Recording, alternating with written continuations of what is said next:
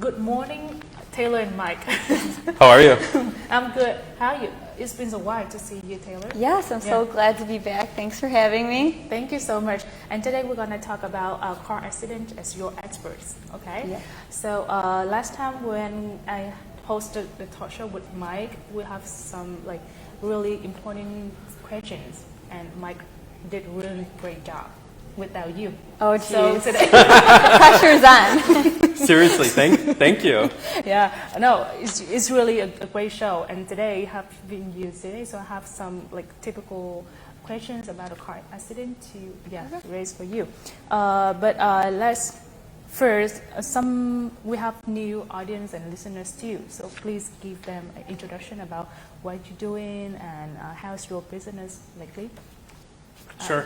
So I'm Mike Agruss. I'm the managing partner at Agruss Law Firm. We do personal injury, consumer rights, and Taylor's my partner. And today we're going to talk about car accidents, but in particular insurance issues. And there are always a lot of issues with insurance, and so it's a really important topic for people to learn about and to know about, and it's something that we really help out with when people are involved in car accidents. Quý vị cũng đã biết là văn phòng luật sư Agruss Law Firm là chữ Agruss này là dựa vào cái tên gọi là họ của vị luật sư Mike, và ngày hôm nay anh cùng với đối tác của mình là Taylor sẽ cùng với tất cả quý vị và với Khai Nguyên chia sẻ về tai nạn xe cộ, và đặc biệt là hôm nay nhấn mạnh về vấn đề là bảo hiểm. Ai sẽ là người trả cái phần tiền quý vị đi thăm khám bác sĩ hoặc là điều trị y tế, hay là ai sẽ là người trả cho cái phần là xe cộ quý vị nếu mà đi thuê xe thì ai sẽ là người chịu tất cả những chi phí đó. Quý vị hãy cùng lắng nghe chương trình ngày hôm nay nhé, và đồng hành cùng với Mike thì sẽ có Taylor. Can you please just do a brief introduction about what you're doing in the law firm? Yeah, so I'm Mike's partner. I've been at Agruss Law Firm since August of 2017, and like Mike said, we handle personal injury cases and consumer rights, so everything from car accidents to medical malpractice to inaccuracies on your credit report. Và Taylor và Mike thì làm trong cái ngành luật sư này cũng đã rất nhiều năm. Chị Taylor thì đã kết hợp với công ty Agruss Law Firm cũng đã hơn 4 năm qua, và họ chuyên về mảng là tai nạn xe cộ hay là những quyền lợi cho người tiêu dùng. Quý vị nào mà có khó khăn trong những cái vấn đề như là về điểm tín dụng nè, hoặc là quý vị cảm thấy như là có những sự bất công, bất bình đẳng khi mà quý vị mua sắm hay là quý vị sử dụng dịch vụ ở đâu đó, thì họ cũng sẽ là người giúp đỡ cho quý vị và đứng về phía quý vị khi mà quý vị cần ha. Và ngày hôm nay thì như Khai Nguyên đã nói từ lúc đầu là chúng ta sẽ tập trung về mảng là bảo hiểm. Khi mà chúng ta có dính líu tới một vụ tai nạn xe cộ, là một người gây tai nạn hoặc là cả những người là nạn nhân trong vụ tai nạn đó, thì chúng ta sẽ xử lý như thế nào ạ? Okay, so let me raise you the first question, Mike. Okay, so what type of insurance comes into play when like someone is involved in a car accident?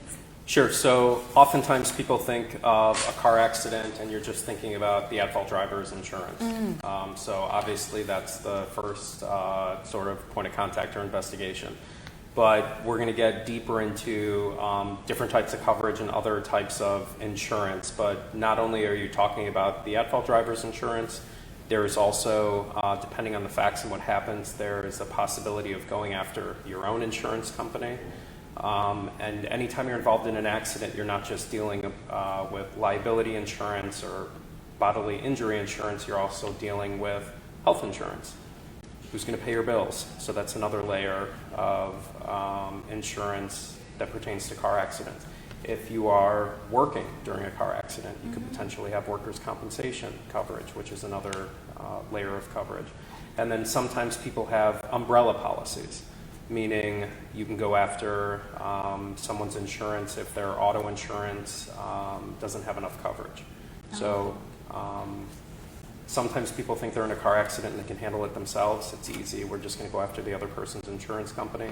Oftentimes there's multiple layers, and that's why it's important to hire an attorney. Oh, great. Oh, you prepare really well, huh? Just like along and like fluently. Vâng, thưa quý vị, Khai Nguyên xin dịch lại câu trả lời của luật sư Mike ha. Là câu hỏi đầu tiên của Khai Nguyên dành cho luật sư, đó là những cái loại bảo hiểm nào mà khi chúng ta bị dính líu từ một vụ tai nạn xe cộ, là chúng ta là nạn nhân ha, bị tông thì sẽ có những cái loại bảo hiểm nào sẽ giúp cho chúng ta bảo vệ quyền lợi cho chúng ta. Thì đầu tiên, khi mà chúng ta là người bị tông xe, thì thường những người đồng hương sinh sống tại đây hay là Khai Nguyên gì cũng vậy, chúng ta sẽ nghĩ tới là bên cái người mà gây ra cái lỗi, người mà tông vào xe của mình, họ có bảo hiểm như thế nào, có tốt hay không, thì họ sẽ là người đền cho mình.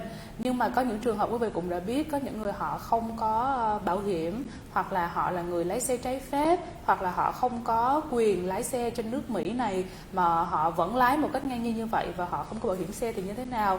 Thì có rất nhiều những cái loại bảo hiểm khác nhau sẽ giúp cho quý vị vừa đền được xe, mà có thể là hoàn toàn không có bị tốn tiền khi mà đi điều trị những cái thương tật hay là những cái vết tích mà quý vị bị trong cái vụ tai nạn xe cộ đó. Ví dụ như là nói tiếp theo, ngoài cái người mà họ gây ra lỗi họ có bảo hiểm ra, thì chúng ta phải xét thêm là bảo hiểm của mình thử như thế nào. Thì có thể là bên kia họ mua bảo hiểm rất là rẻ, họ không có đủ để cover hết, thì tới cái bảo hiểm của mình. Bảo hiểm của mình thì ngoài là bảo hiểm mà chúng ta có để đền được chiếc xe đó đi, hoặc là những cái tổn thất về mặt xe cộ, trầy xước hoặc là total loss, thì chúng ta phải có thêm một cái phần nữa là về bảo hiểm sức khỏe. Trong đó nếu mà bên kia họ mua một cái bảo hiểm rẻ quá mà cái tiền chúng ta điều trị quá cao, thì bảo hiểm của mình sẽ nhảy vào và đền lại những cái phần đó, cover cho mình. Rồi thêm một phần nữa, quý vị mà đang bị tai nạn khi mà chúng ta đang làm việc trên đường, đó là một cái trường hợp đặc biệt nữa, có những sự đền bù về mặt là thu nhập của mình rồi họ sẽ, những người mà chúng ta đi làm đúng không, mà chúng ta bị tai nạn xe cộ vậy thì phải ở nhà, thì họ phải đền bù những cái khoản tổn thất đó về cái mặt thu nhập của chúng ta. Hay là thêm một phần nữa là những ai mà có dạng umbrella, là khi mà chúng ta mua cái dạng này thì thường bảo hiểm nó sẽ cao một chút xíu. Ngoài bảo hiểm xe thì chúng ta có bảo hiểm về tất cả tài sản. Thì những cái thứ này nó sẽ giúp cho mình khi mà quý vị liên quan tới một vụ tai nạn xe cộ, là bảo đảm cái quyền lợi của mình không có bị mất đi về cả mặt là sức khỏe và cả về mặt thu nhập cá nhân, hoặc là xe cộ của mình đều sẽ được nguyên vẹn về mặt bảo tồn, chi phí sửa chữa. Và nếu mà quý vị hoàn toàn xe mà không sử dụng được thì cũng phải có xe để đi. Thì rất nhiều những loại bảo hiểm khác nhau, chứ không phải là chúng ta cứ mỗi lần mà mình là bị đụng xe là sẽ nghĩ tới cái người kia có bảo hiểm hay không nhé. Thì Khai Nguyên biết là câu trả lời này nó khá là dài, nhưng mà mỗi người sẽ có một cái trường hợp khác nhau. Chính vì vậy luật sư Mike vừa mới nói là quý vị cần phải được tư vấn pháp lý từ một vị luật sư chuyên về tai nạn xe cộ để biết quý vị được bảo vệ như thế nào. Rồi, the second question is for you, Taylor. So what is the difference between property damage coverage and the bodily injury coverage? What's the difference? Sure. So property damage deals with actual damage to the vehicles in an accident. So maybe your bumper's messed up, the front end is crashed. You're going to claim damage under the property damage to get your car repaired or replaced. Also under that property damage coverage will be an opportunity for you to have like a loaner car if it's going to take a week or so to get your car repaired. Again, this varies by the policy, but you know, if it's going to take a week for your car to get repaired, oftentimes you'll be able to get a loaner car under this coverage.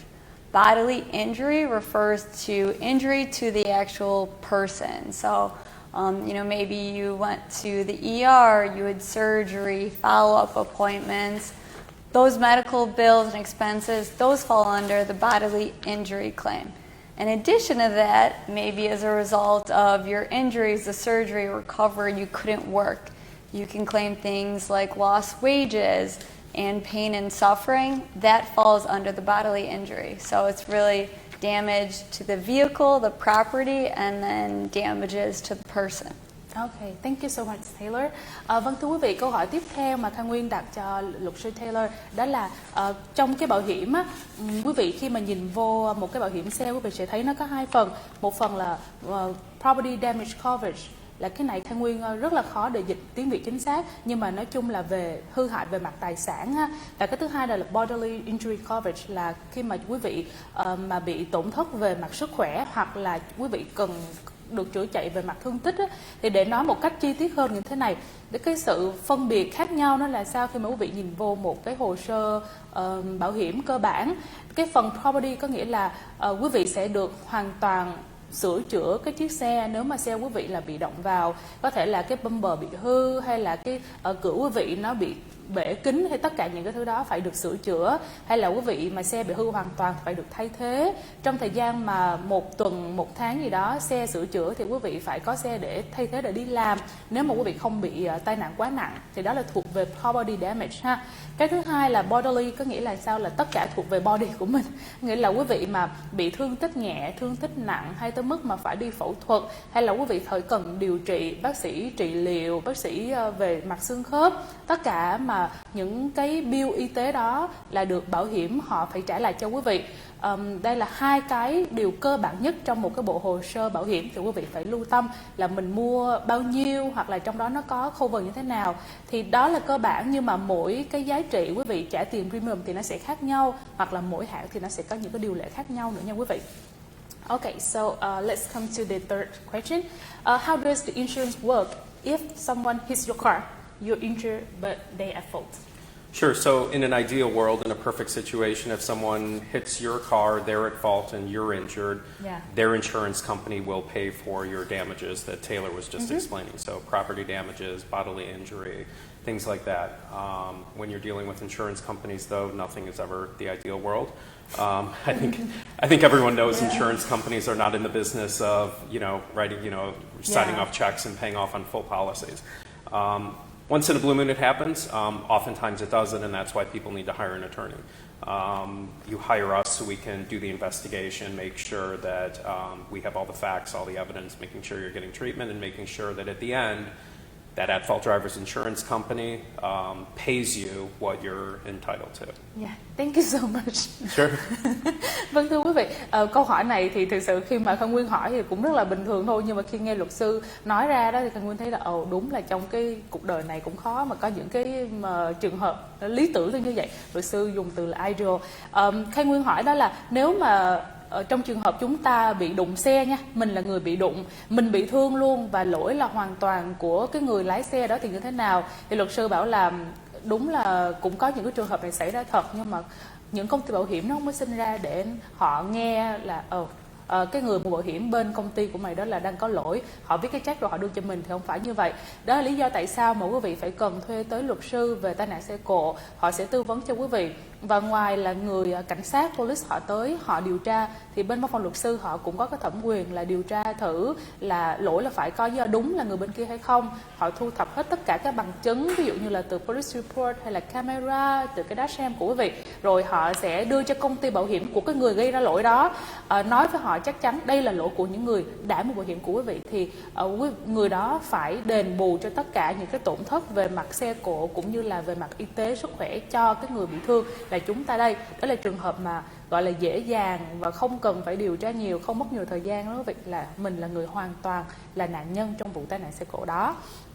Rồi, how about like I'm in an accident and I'm injured, but I'm like partially at fault.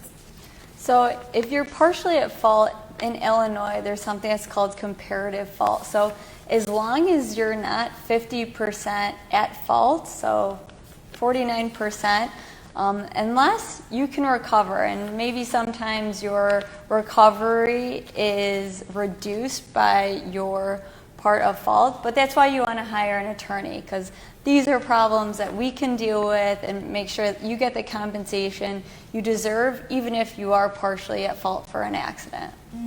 And to chime in real quick, insurance companies often want to say, oh, you were also at fault. Once again, to minimize the claims. Unless something is black and white, like you're at a stoplight waiting for the light to turn green, you've been there for 15 seconds and someone rear ends you, that's black and white.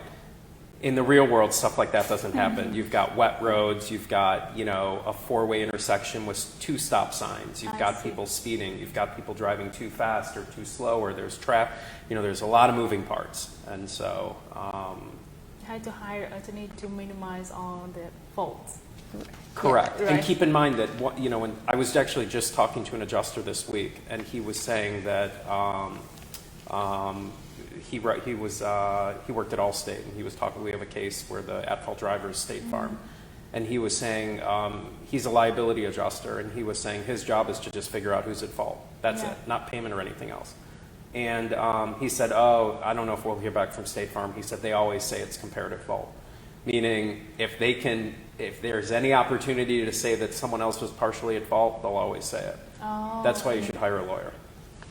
Great, it's good to know. Vâng, thưa quý vị, câu hỏi tiếp theo là một cái trường hợp thường là chúng ta sẽ thấy là mình bị tông xe, nhưng mà mình là một phần cũng gây ra cái lỗi đó. Một phần lỗi như thế nào? Khang Nguyên nói cho quý vị một cách dễ hiểu, đưa ra cái ví dụ như là luật sư Mike vừa mới nói đi, là trong cái thực tế của mình, đúng không? Có thể là mình đứng ở một cái góc ngã tư nào đó mà chỉ có hai bên đường là có stop sign thôi, còn mình quên dừng, rồi cái người bên kia có thể là họ đi quá nhanh, hay là có một người họ đi quá chậm, một người lớn tuổi thường họ lái chậm, nó cũng thể gây ra tai nạn như vậy. Thì thường thì khi mà luật sư đã có kinh nghiệm trong cái việc hòa giải rồi đòi những cái quyền lợi cho khách hàng của mình thì luật sư vừa mới làm cho một cái case liên quan tới bảo hiểm State Farm. Thì khi mà anh làm việc với một cái người là chỉ chuyên là để phân định là lỗi này là của ai thôi, thì quý vị biết ở công ty bảo hiểm mà không bao giờ mà họ muốn đền bù nhiều hết trơn á. Họ luôn luôn nói nhẹ cái tội mà cái người mua bảo hiểm của hãng họ. Thành ra khi mà luật sư muốn nói chuyện với những người này họ luôn luôn, tất cả những người làm trong công ty bảo hiểm, đại diện ví dụ như State Farm đi, họ sẽ bảo là chắc chắn là bên kia cũng gây một phần lỗi, để họ cố gắng họ càng thu nhỏ cái khoản tiền đền bù lại thì càng nhiều càng tốt. Chính vì vậy quý vị phải thuê một người luật sư để đứng về phía quý vị. Họ sẽ điều tra xem là quý vị có lỗi, nhưng mà lỗi được bao nhiêu phần. Thì tại tiểu bang Illinois này nó có một cái luật là sẽ so sánh. Nếu mà quý vị phạm lỗi dưới 49% thì quý vị sẽ cố gắng là được luật sư họ bảo vệ bằng cách là họ sẽ thấy cái lỗi này nó chiếm bao nhiêu, gây ra cái khả năng gây tai nạn đó. Cái phần trăm mà càng ít thì cái công ty bảo hiểm của quý vị mua này bỏ tiền ra càng ít, và quý vị lấy được cái lợi từ bên công ty bảo hiểm của người gây ra tai nạn bên kia càng nhiều. Đó là cái cách mà họ làm việc, thưa quý vị. Chứ mà rất là khó có một cái trường hợp lý tưởng như luật sư nói là mình hoàn toàn không có lỗi gì hết và mình được nhận tất cả tiền đền bù từ cái người mà gây ra tai nạn. Thì Khánh mới biết là nhiều khi nói về tai nạn xe cộ nó hơi bị lần quần, nó hơi bị lòng vòng, nhưng mà về luật thì đâu bao giờ nó đơn giản đâu thưa quý vị. Có những cái trường hợp khác nhau, mỗi người đều cố gắng là dành cái quyền lợi riêng cho mình, nên nó sẽ khá là phức tạp ha.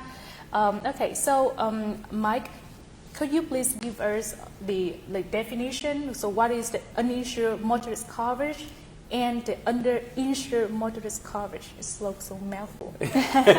It is a mouthful, and people at our office always get it confused, and it's described as uninsured is UM coverage and underinsured is UIM coverage. UM and UIM, okay. Yeah, so anyway, the easiest way to look at it is if someone doesn't have insurance, which is uninsured. So in Illinois, you are required to carry as a driver uninsured motorist coverage. Meaning if someone hits you and they're at fault and they don't have insurance, you go after your own insurance. And so if you hit me, you're at fault, you don't have insurance, I have uninsured coverage, and I go after my own carrier for property damage, like Taylor was describing, bodily injury, lost wages, the things that Taylor went over a few minutes ago. That's uninsured motorist coverage, which is required in Illinois. Underinsured motorist coverage is a little bit different. That means, let's give the same example. You hit me and you're at fault. The minimum policy you need in Illinois is $25,000. Let's say my damages are $500,000. Let's say I broke a leg, I can't walk, I've been off work for a year. Your carrier is only responsible to pay $25,000 because that's your minimum. I can then go after my own carrier for above based on underinsured motorist coverage, meaning you didn't have enough coverage, I've got extra coverage. Okay. And these are, we were on the show last week, and this is like, it's so important, and if anyone remembers anything from the show this week. I do. Yes, maximize, do you know what I'm going to say? Yeah. Maximize your coverage for liability, uninsured, and underinsured. And the reason it's so important is people think they're getting insurance, so if they're in an accident and they're at fault, right? But you're really getting insurance to protect yourself. So like my policy allows me to have $1 million of coverage. And I'm doing that yeah, to protect you, but I'm also doing it if you hit me and you have no insurance or you have 25 grand, I can go after USAA and say, hey, I want the rest, Yeah. assuming I'm entitled to it. So it's when someone doesn't have insurance, uninsured, or someone doesn't have enough insurance, which is underinsured. Yeah. Maximize your policy to protect yourself. Super important. Cái điều này là Khai Nguyên và luật sư Mai cũng đã chia sẻ trong tuần trước rồi. Thì luật sư Mai cũng nói đùa là không biết quý vị có nhớ gì không, nhưng Khai Nguyên cũng có nhớ lại. Bởi vì nhiều cái talk show ở Khai Nguyên và những cơ sở thương mại họ nói không phải là để quảng cáo, mà thực sự là mang cái tính truyền tải giáo dục là nhiều hơn, chia sẻ thông tin kiến thức khi quý vị sinh sống tại Mỹ nói chung cũng như là tại tiểu bang Illinois nói riêng. Thì Khai Nguyên vừa mới đặt câu hỏi cho luật sư Mai, đó là Uninsured Motorist Coverage mà họ thường dùng từ là UM, đúng không? Rồi Underinsured Motorist Coverage là thường là IUM, thì nó khác nhau như thế nào? Quý vị thì khi mà ra agent mua bảo hiểm đó, thì họ toàn nói tắt thôi, quý vị không có hiểu rõ được cái gì cho lắm. Thì Khai Nguyên cũng xin giải thích như thế này, đó là uninsured, đó là quý vị khi mà bị tông bởi một người hoàn toàn là không có bảo hiểm luôn. Thì một số những trường hợp Khai Nguyên vừa mới nói trước đó là họ lái xe trái phép nè, hay là họ là những người nhập cư, họ không được quyền lái xe, hay là những người mà đã bị tước quyền lái xe rồi thì họ dĩ nhiên đâu mua được bảo hiểm đâu.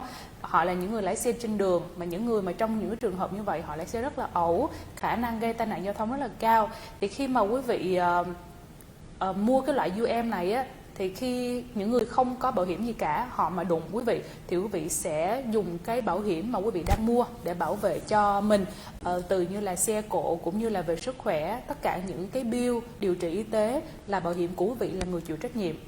Thứ hai là underinsured motorist, có nghĩa là họ mua bảo hiểm nhưng mà không đủ để trả tất cả những chi phí y tế hay là những cái tổn thất về mặt xe và tài sản của quý vị khi mà quý vị bị động xe.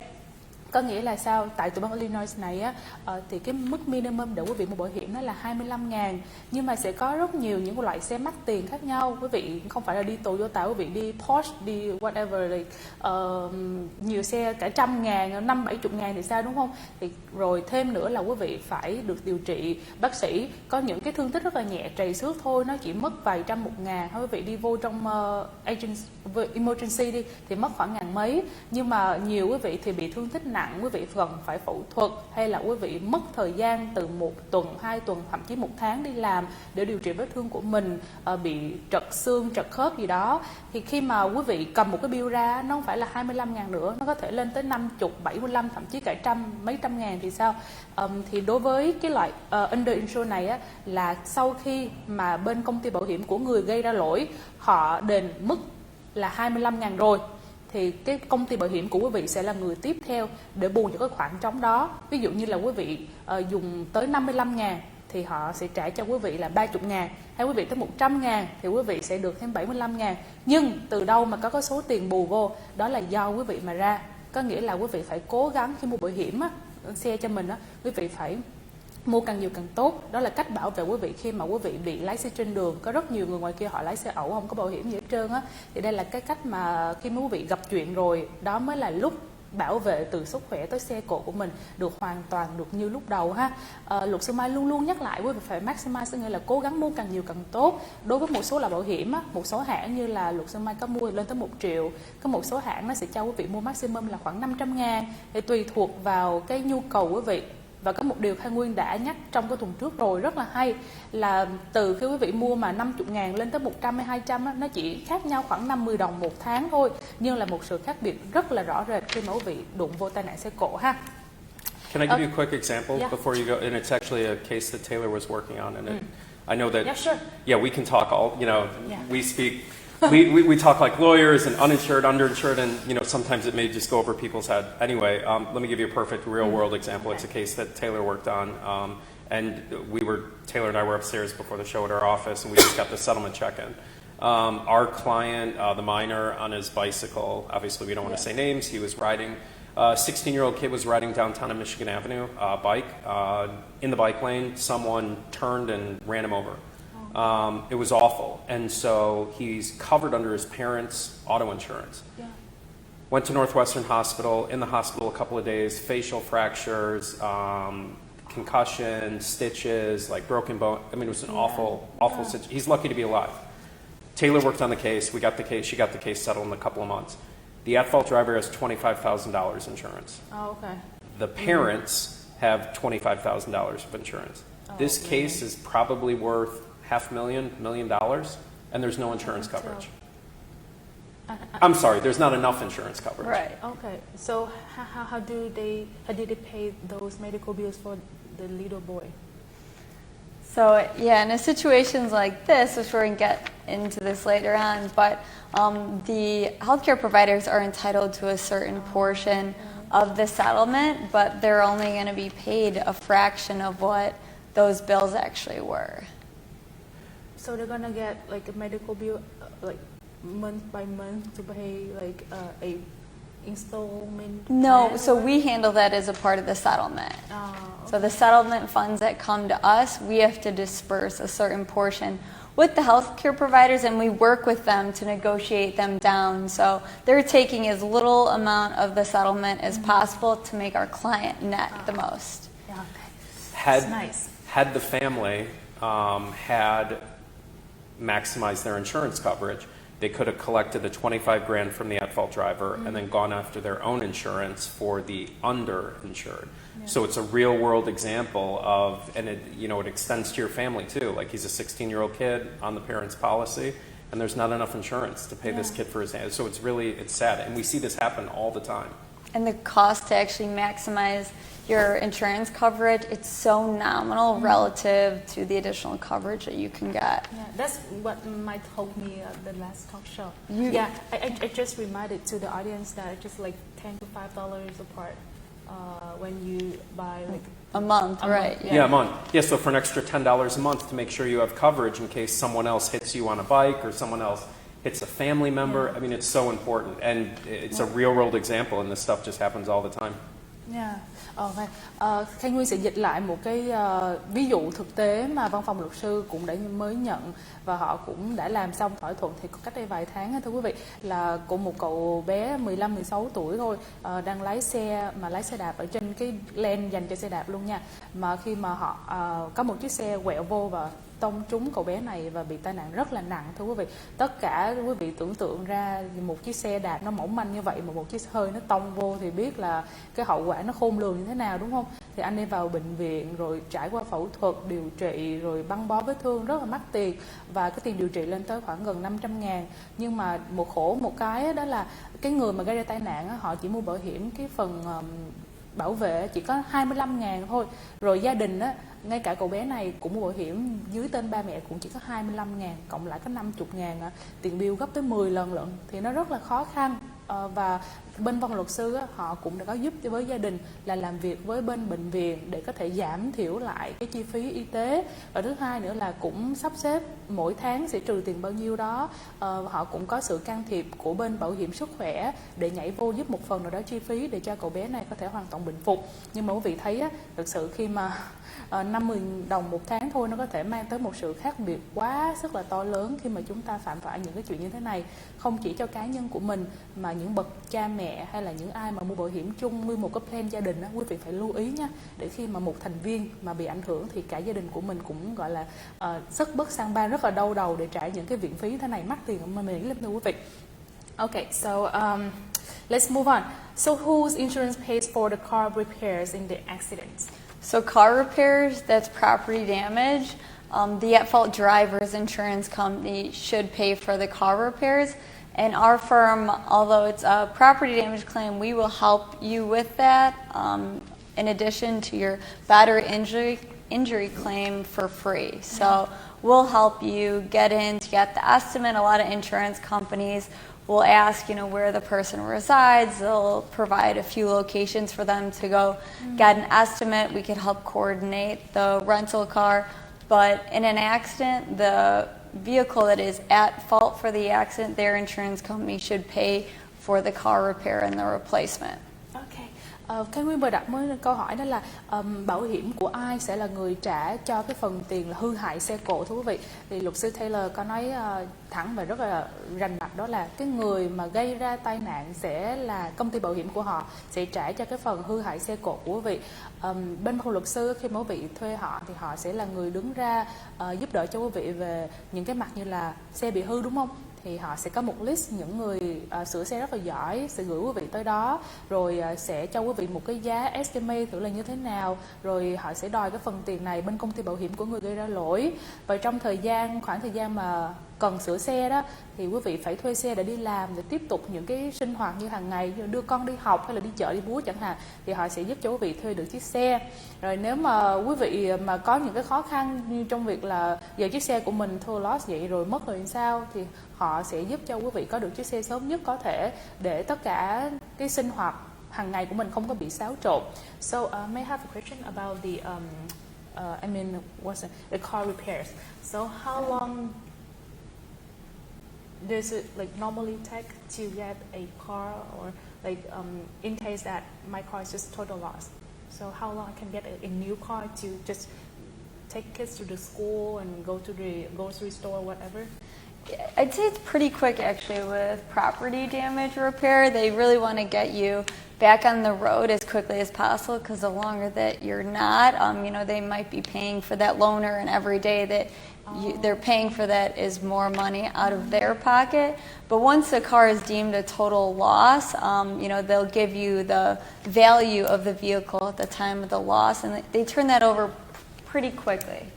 Yeah, and even if you don't get it from the other side quickly, if you're dealing with an insurance company that's not great on the other side, you can actually, and we help clients do this all the time, you can ask your own insurance company to pay the property damage, and then your own insurance company will go after the at-fault carriers Later. Exactly. Yeah, okay. So we're actually, this case I was talking about a minute ago, dealing with Allstate and State Farm. The Allstate adjuster said, do you want us to just pay out the property damage and we'll go after State Farm? And I said, yeah, of course, because exact same situation. Client's car's totaled. She needs to get to work, take the kids to school, run errands, grocery shop, and all that. So we immediately helped out, got the issue resolved. And like Taylor mentioned, we do that for free. Yeah. So property damage, if we get you a check for 10 grand for your car to go get a new car, we don't take any percentage of that. It's all yours. So capitalize free. Yes. Okay. And you don't hear that often from lawyers. Yeah, right. Is that why you're laughing? But I like that, capitalize free. Okay, right. Capital That's the F. main word. Yes. Vâng, thưa quý vị, Khai Nguyên muốn có một câu hỏi nữa để cho quý vị có thêm rõ ràng hơn về cái việc này. Đó là cái chuyện mà khi mà quý vị phải để xe vô trong cái chỗ tiệm sửa xe ha, hay là xe quý vị hư hoàn toàn rồi thì sẽ mất khoảng bao lâu để quý vị có được cái chiếc xe để đi làm, hay là đưa em nhỏ đi học, hay là quý vị đi chợ đi búa thì sao? Thì luật sư nói thì cũng rất là nhanh thôi. Cái trường hợp này nó còn tùy thuộc vào bên công ty bảo hiểm á, mà gây ra lỗi nó sẽ xử lý công việc này như thế nào. Thì khi mà quý vị xe mà bị total loss thì họ sẽ cho biết cái giá trị của xe của quý vị trước khi mà bị tông như thế nào luôn, cho quý vị biết giá trị đó, rồi họ sẽ có một chiếc xe tương xứng.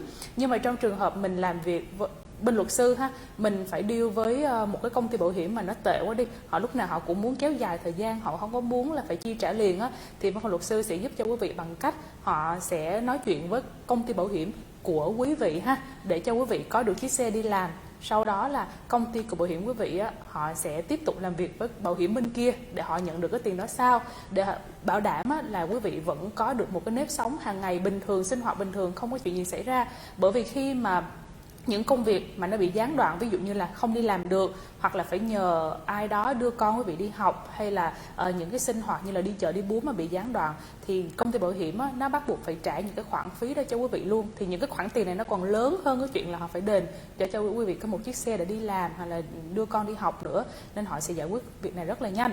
Và cái điều quan trọng nhất mà Khai Nguyên muốn nhấn mạnh ở đây, đó là cái phần mà để giúp cho quý vị lấy xe đó, hoặc là những cái công việc luật sư sẽ làm cho quý vị để quý vị có được một cái phương tiện đi làm, có cuộc sống bình thường, thì họ không có chặt một cái phần phí gì cả, hoàn toàn là miễn phí luôn. Nếu quý vị đừng có lo, nếu mà quý vị liên lạc với văn phòng luật sư Agruss Law Firm thì họ sẽ giúp cho quý vị về cái mặt này là property damage, họ không lấy một cái phần phí gì trong đó cả, như quý vị nhé. Khai Nguyên xin nhấn mạnh lại ạ. Okay, so if I'm injured in a car accident, whose insurance pays for my medical bills is a big bill? Yes, so the at-fault driver's insurance company, when it comes time to settling a case, at the end of the case, they will pay for your medical bills, which are part of your damages. Yeah. They pay for medical bills, lost wages, pain and suffering, loss of enjoyment of normal life. They take care of all of the damages which medical bills fall under. The issue, and we're going to get into this a little bit further in the next couple of questions, but the main issue is, what do you do in the meantime, right? When the case is, sometimes we try our best to settle as quickly as possible. Sometimes we settle in a couple of months, but sometimes people are getting treatment for a year and we're not going to settle while they're still getting treatment. In that situation, we make sure that your medical bills are getting submitted and paid for by your health insurance. We're going to talk in a minute about medical payment coverage, which is another option of getting your medical bills paid. And then we're also going to talk in a minute about what happens if you don't have health insurance, you don't have medical payment coverage, you're really sort of out of luck. We have several different doctors we work with in various networks who will treat patients on what's called a lien, meaning they get paid at the end. So the bottom line is, just like we understand how important it is to get your car fixed right away, we also understand how important it is to get treatment to get better. And we'll make sure that the bills are being submitted to insurance or medical payment coverage, or you're seeing a doctor who will wait to get paid when your case settles. Yeah. Thank you so much. Và Khai Nguyên vừa mới đặt câu hỏi là ngoài cái chuyện là xe của mình hư hỏng và cần được sửa chữa ra, thì cái khoản viện phí hay là những cái bill về mặt y tế đó, nó mới là cái khoản tiền mà nặng đầu nhất đối với những ai mà bị tai nạn xe cộ. Có những khoản tiền rất là rẻ, nhưng mà quý vị cũng nghe cái ví dụ lúc nãy đó, quý vị có thể là một cái bill viện phí lên tới vài trăm ngàn, có khi là cả triệu, đúng không? Đó là một cái chi phí quá nặng đối với một người mà bị tai nạn hay là bị bệnh đau ở nước Mỹ này. Thì ai sẽ là người trả cái phần đó khi mà chúng ta nói về tai nạn xe cộ? Thì dĩ nhiên á, đầu tiên phải là cái bảo hiểm của người gây ra lỗi đã. Nhưng mà trong trường hợp mà chúng ta bị tông bởi một người không có bảo hiểm thì sao? Thì dĩ nhiên là bên loan luật sư họ sẽ nhờ tới bảo hiểm của mình. Cái việc quan trọng nhất của họ là giúp cho quý vị có thể khỏe mạnh trở lại để có thể có được một cuộc sống bình thường. Công ty bảo hiểm của người gây ra lỗi á, thì họ sẽ lại trả luôn những cái phần như là viện phí nè, hoặc là cái thu nhập bị mất của quý vị trong khi mà quý vị đi khám chữa bệnh. Có những cái bệnh nhẹ mất vài ngày, nhưng mà có những cái thương tích nặng có thể chữa trị trong vòng 6 tháng hoặc thậm chí là 1 năm. Họ phải trả hết những cái tiền đó cho quý vị. Và đối với những ai mà gọi là quá là xui đi, người tông không có bảo hiểm luôn, còn mình thì mua một cái bảo hiểm quá rẻ, thì như thế nào? Họ có một cái đội ngũ, tất cả những bác sĩ, y tá hoặc là những chuyên viên y tế, họ sẽ giới thiệu quý vị tới đó để quý vị được chữa trị. Và bởi vì họ làm việc lâu năm với nhau, những cái vị bác sĩ này họ chấp nhận là sẽ chờ một thời gian, sau khi mà cái case này nó đóng lại, họ sẽ được trả hoàn tiền ngay sau đó. Cái điều quan trọng là họ giúp cho quý vị là sao? Là quý vị được khỏe mạnh trước đã rồi. Tất cả những cái link là những cái hóa đơn tiền viện phí, hoặc là những cái hóa đơn dành cho bác sĩ vật lý trị liệu, hay là những người về bệnh xương khớp, hoặc là về mặt cả những người họ bị tâm lý luôn á, họ sẽ dùng cái link đó vô trong cái case này. Và sau khi mà quý vị đã hoàn toàn khỏe mạnh rồi, trước khi họ đóng cái case, họ đưa cái tiền settlement thì bên công ty bảo hiểm họ sẽ hoàn trả lại sau. Và sau cái phần câu hỏi này sẽ rất nhiều câu hỏi nữa. Đôi khi chúng ta là những người hoàn toàn là không có bảo hiểm gì cả, không có bảo hiểm sức khỏe luôn, bên kia cũng không có bảo hiểm xe luôn, và bên mình bảo hiểm xe lại quá rẻ luôn, thì như thế nào? Làm sao để quý vị hoàn toàn được khỏe mạnh và quay trở lại cuộc sống bình thường của mình nhé. Okay, so let's say about the worst case. If I'm injured in a car accident, I do not have any health insurance. Okay, how can I receive a medical treatment, and who will pay my medical bills? All right, so you want to contact our firm because we will help you find doctors and healthcare providers who will treat you on a lien. So they'll get paid at the end of the settlement. You won't have to worry about medical bills while you're treating. You can get all the treatment that you need, and these doctors and providers just know that they trust us that they'll get paid at the end of the case. And we can help you find, physical therapists, orthopedic surgeon, pain management doctors, all of these healthcare providers that will treat you even if you don't have health insurance. Okay, that's really nice. But how can you get the big connection with all doctors and therapists along the time, along your journey? Oh, that's the big secret, right? Yeah, we can't tell you the secret sauce. Just later, after the show. No, we have a great working relationship with several doctors all throughout Chicago, Illinois, throughout Illinois, Wisconsin. Things are expanding, and it's really it comes with experience. It comes with time. It comes with our clients getting treatment at certain facilities that do a really good job. Our clients like them. We reach out to them, and it takes a lot of work. Do you remember the longest, case to get a settlement that you have been to? The longest case, it's interesting. So we are actually working on a case that is going to trial on November 1st, and the lawsuit, the injury happened in 2016. 2016. And the lawsuit was filed in 2017. Oh, okay. We were set to go to trial right before COVID hit. Courts shut down, and we were first on the list to get a trial date. And we're going to trial on November 1st. So, like 4 years? Since the date of the accident, about 5 years. Oh, yeah, 2016. Almost. It happened Thanksgiving weekend of 2016, so almost 5 years. Not by our choice. The case I was just telling you about with the kid on the bike where there wasn't insurance, Taylor settled that case in a couple of months. Maybe even 2 months. So that is more standard at our office, but if there's a huge fight and massive injuries and no one wants to pay, it takes time to get in front of a jury. But I don't want to scare the viewers. Oh yeah, that is like such a unique case where there's a lot of parties, like no insurance, and a horse, and a lot of damages. So that is a totally a one-off situation. We settle cases as quickly as possible. Yeah, I know. It's like some cases takes like a month or so, but then like average 4 or 5 months to get a settlement. But yeah, I heard that Frankie just did a case like couple years. It's really worse. But sometimes it's not only like because of the both parties, but external reasons also, like COVID-19. Correct. It's just longer. Correct. And this case that Taylor and I are talking about is not a car accident case. It's a unique case. A car accident case, if it doesn't settle for whatever reason, from the time you file a lawsuit to you get a trial date outside of COVID and other circumstances like that, it's usually 2 years.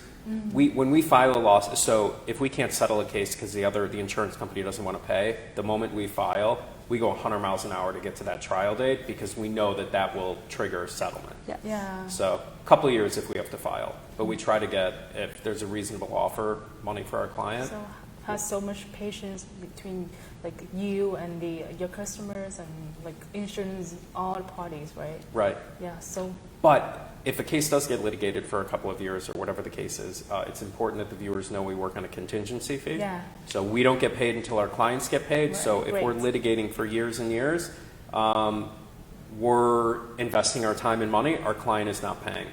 Right. When and if the case settles or we get a verdict, that's when we get paid. Yeah, I need a big applause right there in the screen. Would the capital free, would that be part of it too? Vâng, thưa quý vị, Khang Nguyên cũng vừa mới đặt một câu hỏi. Thực sự là nhiều cái trường hợp quý vị cũng lo lắng như là sợ nha. Mình đi bác sĩ đúng không? Tôi nói ủa sao cứ phải đi bác sĩ hoài để chừng nào mình mới có được cái settlement, mình mới có được cái check cuối cùng. Nhưng mà thưa quý vị, nó cũng tùy nhiều trường hợp chứ. Có khi quý vị bị thương nhẹ thì nhanh lắm, nhưng mà quý vị bị lâu rồi thêm là bên kia có bảo hiểm hay không có bảo hiểm, quý vị có bảo hiểm hay là quý vị không có bảo hiểm, quý vị có cách nào để quý vị trả tiền hay không, hay là quý vị cứ dùng dằng cứ chờ ngày này qua ngày khác thì không thể nào cách đóng một cái hồ sơ được. Thì quý vị phải rất là nhiều sự kiên nhẫn. Nhưng mà chỉ có một điều luật sư luôn nói quý vị là nếu mà luật sư có giới thiệu quý vị đi bác sĩ như thế nào, hoặc là quý vị cần phải được điều trị khi mà quý vị gặp những vị bác sĩ hoặc là chuyên gia về y tế rồi á, quý vị phải cố gắng, bởi vì họ là bảo vệ cho quý vị thôi, khỏe mạnh vẫn là trên hết. Sau đó là tất cả những cái về mặt viện phí hay là những cái giấy tờ sau đó, văn phòng luật sư họ sẽ làm cho quý vị cho đến khi mà quý vị nhận được cái tiền settlement. Họ không có lấy một cái khoản tiền phí nào hết trơn á. Có những trường hợp Khang Nguyên vừa mới hỏi á, một cái case mà họ đã cũng 4-5 năm qua, nó không phải là về tai nạn xe cộ nha, nhưng Khang Nguyên cũng nói ví dụ thôi, họ không có lấy một đồng tiền nào cả cho đến khi mà hồ sơ được đóng lại. Còn những hồ sơ bình thường khoảng 4-5 tháng hay là 1 năm á, thì quý vị phải kiên nhẫn. Bác sĩ á, điều trị quý vị, mà khi quý vị không có trả một đồng tiền nào, họ cũng cần sự kiên nhẫn. Luật sư họ cũng bỏ thời gian công sức ra làm cho case quý vị, họ cũng không lấy tiền luôn. Tới lúc mà công ty bảo hiểm nó đền cho quý vị rồi á, họ mới lấy được một chút xíu được công sức đó. Nếu quý vị phải cố gắng đi theo lời khuyên của luật sư cũng như là những vị bác sĩ của mình ạ. So what is the medical payment coverage in the insurance policy? Sure. So this is something also important that most people have. It's not required, but on your own auto insurance policy, you have what's called medical payment coverage. Typically, people get a couple $1,000s up to $5,000, and it allows you to go after your own insurance company to pay for your first round of medical bills. And and a lot of people don't know about this, that they have medical payment coverage. And what's really nice about it is it acts just like cash. So if you go to a doctor and let's say your insurance pays 80% of the bill, your health insurance, and you're left with 20% of the bill out of pocket, if it's a $10,000 medical bill, that could be $2,000 you're left with out of pocket, right, for the deductible, co-pays, and all of that. You can turn all of that around and submit it to your medical payment coverage on your own policy. And we actually do that for our clients. And you get reimbursed from your own auto insurance company for any type of medical payment up to whatever the coverage is. So you can get reimbursed for deductibles, you can get reimbursed for co-pays. Let's say, for example, you fill a prescription at Walgreens and your insurance covers some of it, but you have to pay out of pocket $50 or $100.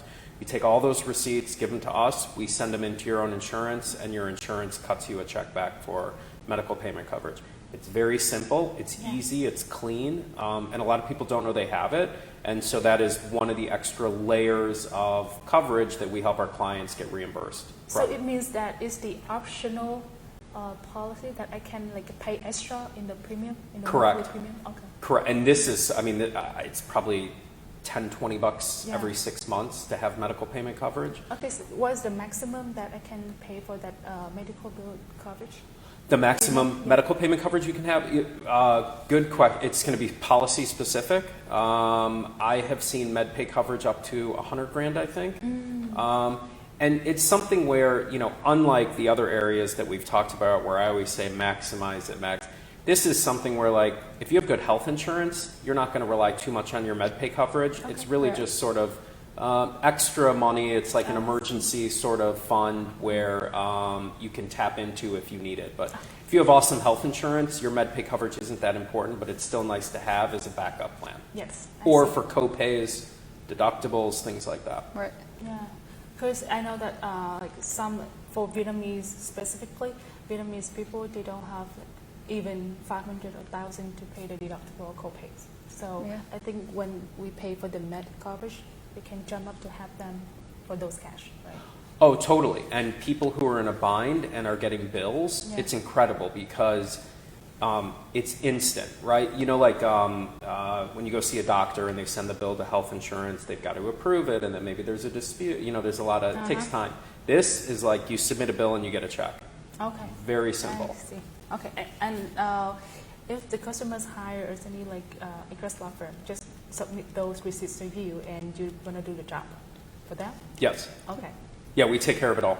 Well, yes, and you should look at Taylor like that.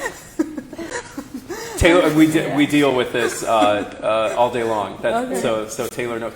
And I, we appreciate and understand there's a sense of urgency, just like you were saying, you were saying in the Vietnamese community, if someone doesn't have a $500 to pay.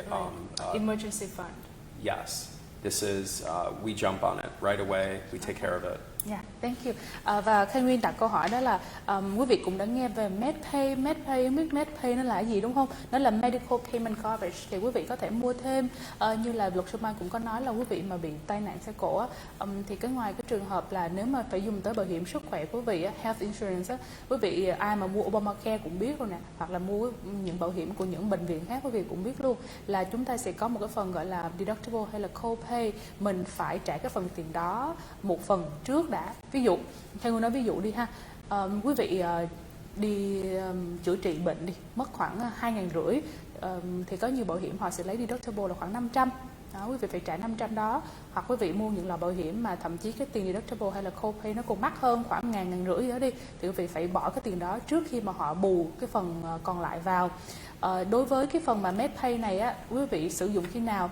Đó là quý vị trả cái tiền deductible đó, mình có nhiều khi không có tiền mặt trong người, quý vị có thể là sống là gì paycheck by paycheck luôn, mình cứ tháng nào là hết tháng đó, mình không có tiền dư, mình không có những cái khoản tiền mặt có sẵn, mà khi mà chúng ta gặp việc khẩn cấp chúng ta phải dùng ngay, thì quý vị có thể dùng cái MedPay này, mỗi tháng quý vị trả thêm vài đồng cũng được, rồi quý vị nộp những cái giấy tờ, ví dụ như là cái tiền deductible như thế nào, hoặc là quý vị ra work qua những cái hiệu thuốc á, mà quý vị phải trả tiền mặt 50, 100, 500 hay 700 gì đó, quý vị nộp những cái receipt này cho luật sư, họ sẽ lấy lại cái tiền. Nó giống như là một cái khoản tiền dự trữ sẵn trong cái hồ sơ bảo hiểm xe của quý vị vậy đó. Quý vị cần là họ đưa giống như tiền mặt thay cho quý vị luôn, và quý vị không có cần phải lo là mình làm sao cho thủ tục phức tạp, giấy tờ rườm rà. Quý vị mà thuê văn phòng luật sư Agruss Law Firm thì sẽ có đội ngũ nhân viên, họ sẽ trực tiếp nộp những giấy tờ này lên công ty bảo hiểm của quý vị, và họ sẽ rút cái tiền ở trong cái MedPay mà quý vị đã trả hàng tháng đó, trả ngược lại cho quý vị luôn, giống như là đưa quý vị cái check coi như là xong. Đó là cái khoản tiền mà nhanh và gọn nhất luôn á. Thì quý vị mà muốn bảo hiểm á, quý vị ra tới những cái agent của mình, quý vị hỏi thêm về phần MedPay này, bởi vì nó không phải là phần có sẵn, quý vị phải biết và hỏi họ. Nó là một cái dạng optional, là lựa chọn thêm, quý vị trả thêm vài đồng mỗi tháng chứ không có nhiều đâu. Nhưng mà khi mà quý vị cần có việc gấp thì cũng có một khoản tiền phụ trợ cho mình, nó cũng rất là hay. Và luật sư cũng có bảo là nếu mà quý vị có bảo hiểm sức khỏe mà tốt rồi á, thì quý vị không cần mua cái này mắc đâu, chỉ cần mua thêm chút xíu thôi. Chứ mà quý vị mua nhiều thì cái số tiền của mình mỗi tháng á, tăng lên cứ vài đồng, nhưng mà nhiều tháng thì nó cũng tăng lên nhiều, đúng không? Quý vị cũng tiếc. Quý vị đã có bảo hiểm sức khỏe tốt rồi thì cái này là phần hỗ trợ bổ sung, quý vị chỉ cần mua một ít thôi để trả một phần deductible hay là copay trong trường hợp quý vị không có tiền mặt sẵn trong người cũng được ha. Rồi, câu hỏi tiếp theo mà Khang Nguyên sẽ đặt cho tất cả quý vị đó là cái văn phòng luật sư Agruss Law Firm này á, sẽ được trả tiền như thế nào đối với những cái trường hợp mà thương tích cá nhân như là tai nạn xe cộ ha. Okay, so how does your Agruss Law Firm get paid in the personal injury accidents? So clients don't have to pay us any money out of pocket. We work on a contingency fee, which is 1/3 of the settlement amount. This is pretty standard in the industry. However, our fee never changes. A lot of firms out there, they'll charge 40 or 50%, sometimes even more, if they have to file a case or take it to trial. Our 1/3 fee never changes. Clients don't have to pay us a penny out of their pocket. We front all the costs for the case. We just get paid at the end. Are you thinking of the applause thing? Yeah. You have that in my mind now.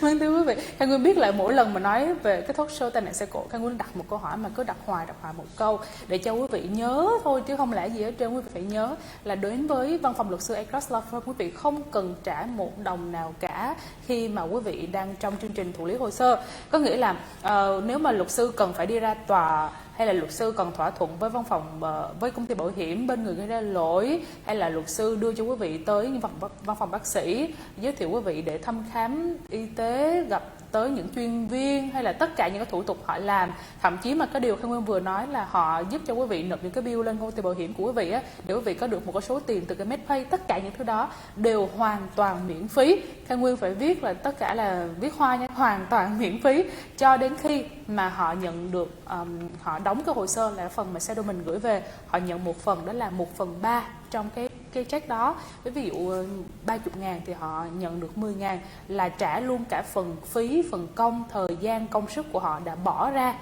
Quý vị không cần phải trả một đồng nào trước luôn.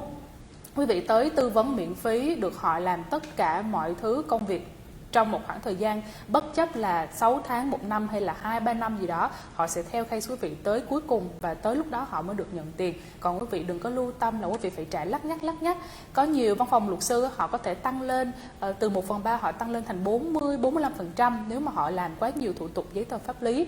Riêng luật sư Agruss Law Firm họ giữ chỉ đúng một mức nhất định trước giờ là 1/3 trong cái check cuối cùng quý vị được nhận. Đó là cái điều mà Khang Nguyên muốn nhấn mạnh để cho quý vị không có cần phải suy nghĩ mảy may khi mà chúng ta cứ phải gọi điện thoại được tư vấn hay là đi bác sĩ thì có tốn tiền hay không. Thưa là không, thưa quý vị, tới cuối cùng họ mới nhận được tiền từ cái bảo hiểm của quý vị nhé, chứ không phải là từ quý vị đâu ha. Rồi, so how much insurance coverage should I get to protect myself? Sure. We're going to go over it again. Maximize your insurance policy. It's very easy. Call up your insurance carrier and say, I want to maximize my coverage for liability. I want to maximize my coverage if someone hits me and they don't have insurance. And I want to maximize my coverage if someone hits me and they don't have enough insurance. Depending on what carrier you use, it'll be capped out. Some carriers will allow you to get $300,000, $500,000. Sometimes there'll be $1 million in coverage. Whatever it is, maximize it. It's simple. It's $5-10 a month to have the maximum policy compared to 25 grand, which is the minimum. And everyone should do it.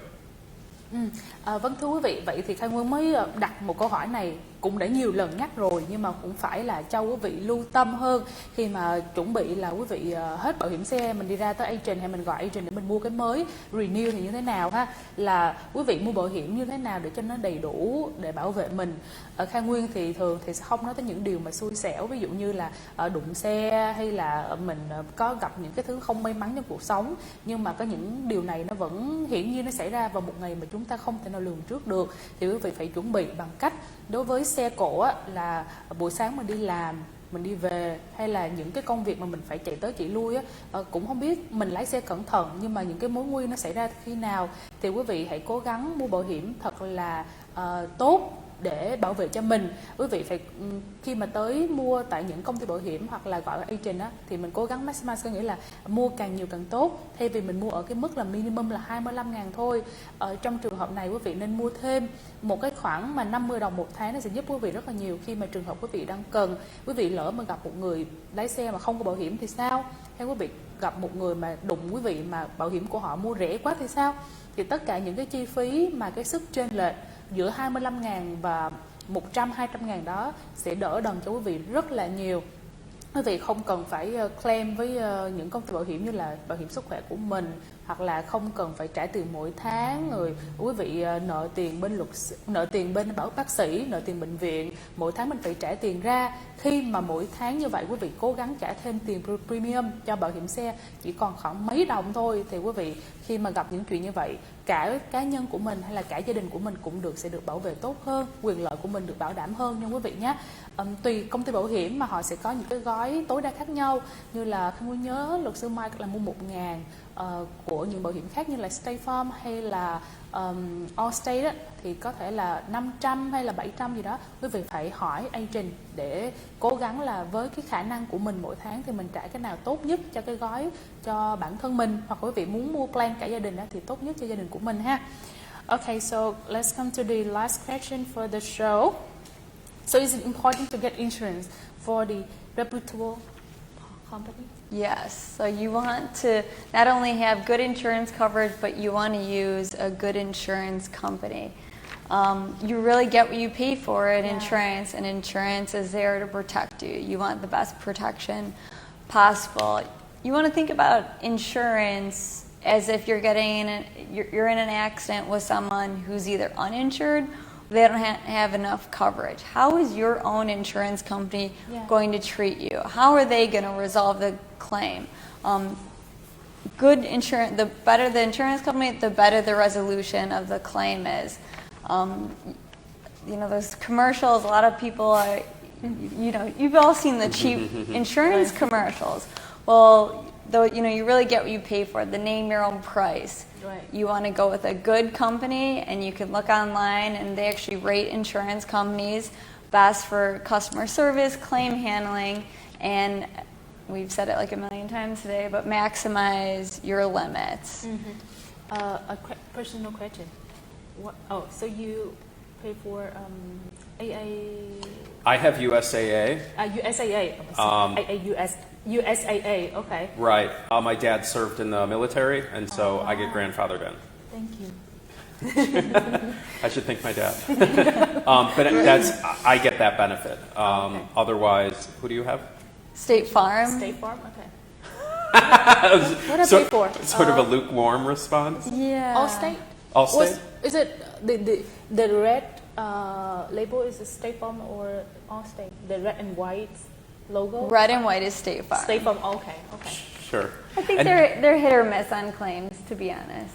Yeah, but these are, I think the big difference is there's what we would consider substandard carriers. Yeah. That Right. I think most insurance are okay, and then you have sort of substandard policies. Yeah, it's not okay ones. Right. So the substandard are the issues that we run into, where they don't want to pay a reasonable amount to settle. And don't get me wrong, State Farm, Allstate Farmers, they have some issues too. Yeah. Sometimes, right? Right. Absolutely. But it's important, pick I mean, you can go onto Google and type in best The car best. insurance company, and you're going to get whoever in the top 10 or 15. Any of them would be fine. Okay. Just don't do the ones that are substandard. Those are the ones, Yeah. you know. Don't search on Google substandard insurance company. Just with the Correct. best one, right? And I don't want to say any names. I don't want to get in trouble. But no, we see it when cases. The kid Taylor represented that 16-year-old kid on a bike.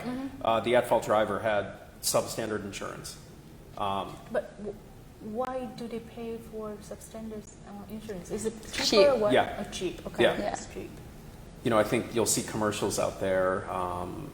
You know, where it's like Or, $19 a month or something for just have like bare minimum coverage. But I see. when you get in an accident, you need insurance because the other person doesn't have it or they don't have enough. You want to make sure that you're dealing with someone, a company that's good, that's going Or, to settle it.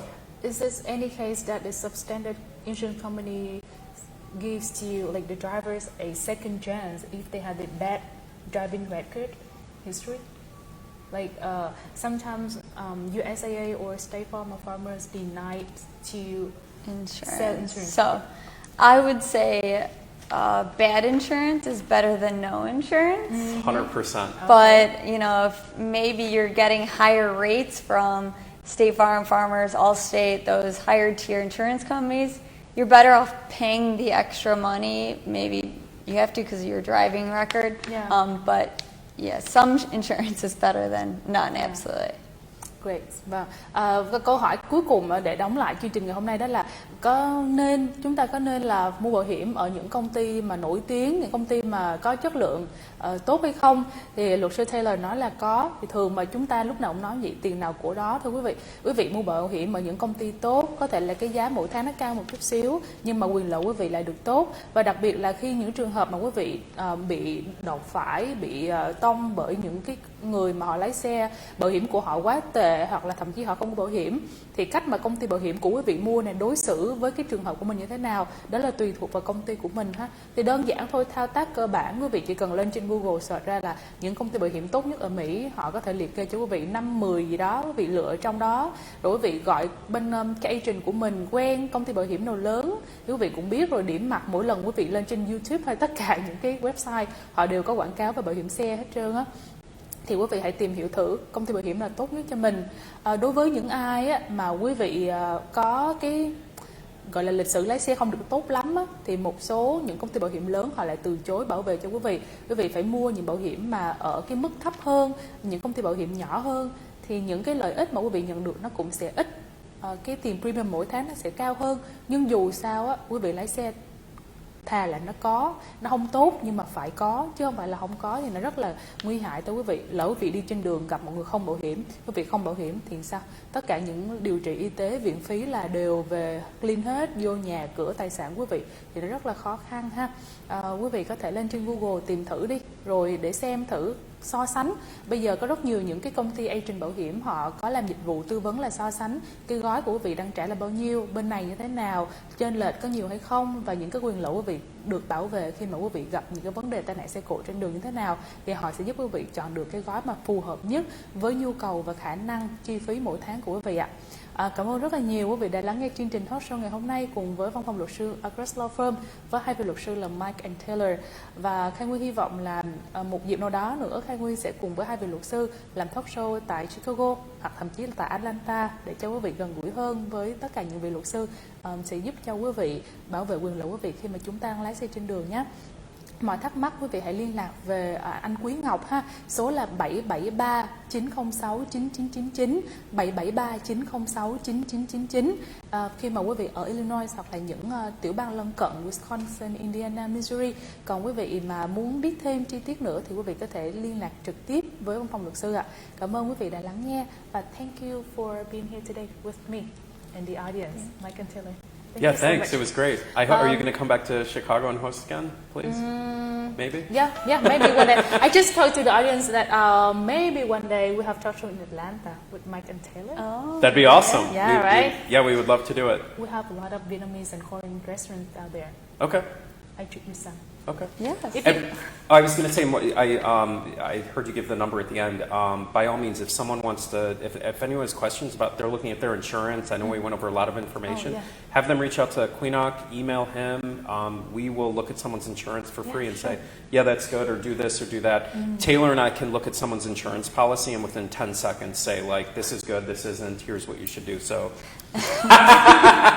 so please reach out to Quinoc and we will help people review their policy all day long because it's so important. So. Thank you so much. Và quý vị ơi, luật sư vừa mới nói Khang Nguyên là nếu mà quý vị nha cần luật sư xem qua hồ sơ cái policy mà bảo hiểm xe của quý vị như thế nào á, thì luật sư với kinh nghiệm của mình chỉ cần 10 giây thôi là có thể nhìn qua rồi. Nhưng mà nói vậy thôi, quý vị muốn mà luật sư xem thử cái bảo hiểm của quý vị có tốt hay không, hay là có cần mua thêm gì không á, thì quý vị có thể liên lạc với anh Quý Ngọc ha, gửi hồ sơ hoặc là email cho ảnh qua số là 773-609-9999, 773-609-9999 ạ. Cảm ơn quý vị rất là nhiều. Hẹn gặp lại quý vị trong những chương trình lần tới của đài. Xin chào và hẹn gặp lại.